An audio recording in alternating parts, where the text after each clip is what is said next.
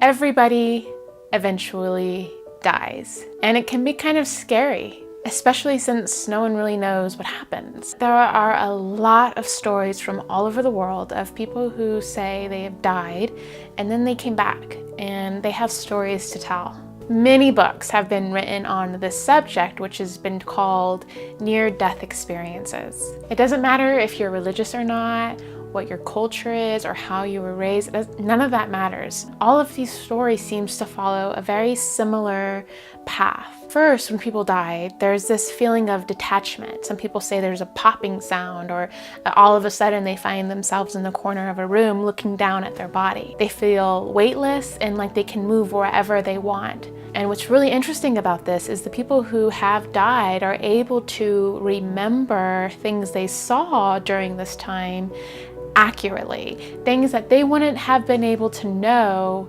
unless they were somehow, some way conscious during this time to perceive it.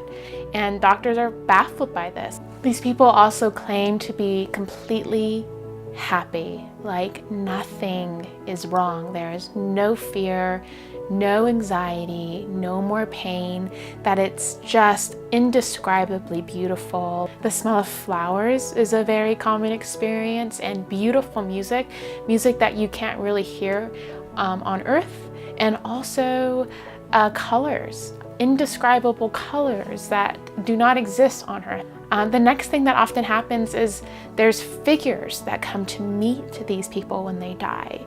And this really kind of depends on where you are in the world for your life, what culture you live in, whether or not you see Mother Mary or angels or just family members. But oftentimes these figures are made of light. And these figures seem to guide people a certain way. Oftentimes there's a tunnel or a bridge that leads to a light. Sometimes people say they're given the choice of whether or not they want to come back to life or if they want to stay there. Funnily enough, a lot of stories, most stories that I've read, are people who do not want to come back to Earth. They love where they are at that time. You can call it heaven or the afterlife, and they don't want to come back to Earth. They think Earth is terrible. Even if they have little kids that they still need to take care of, or a husband or a wife that they loved, they say, you know what, I think they're fine without me. I'm going to stay here. There was this one story by a woman named Pam Reynolds, and she had an aneurysm in her brain, and she was told she was going to die. So she decided, I might as well go ahead and get this surgery to remove this aneurysm. She said that she died, and she went and she saw her family made of light. She saw the light that she was going to go to, and she looked down at her body and she thought, I don't want to go back to that. That looks awful. I don't want to experience that. But not all experiences are good. Some people have had bad experiences. They feel scared. They're in a very scary place with the scary things. Maybe you might want to call them demons. And it's not pleasant for those people.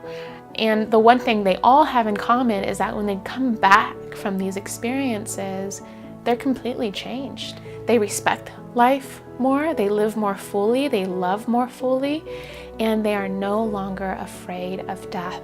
In fact, there's all these examples of people who are kind of jealous of people who do die because they know where they're going.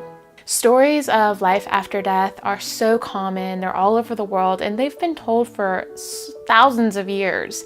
And there's so many of these first-hand accounts that are so interesting. And I went ahead and I put some of the links to some books that you can read to further your own research. And remember to subscribe to this channel for more videos like this.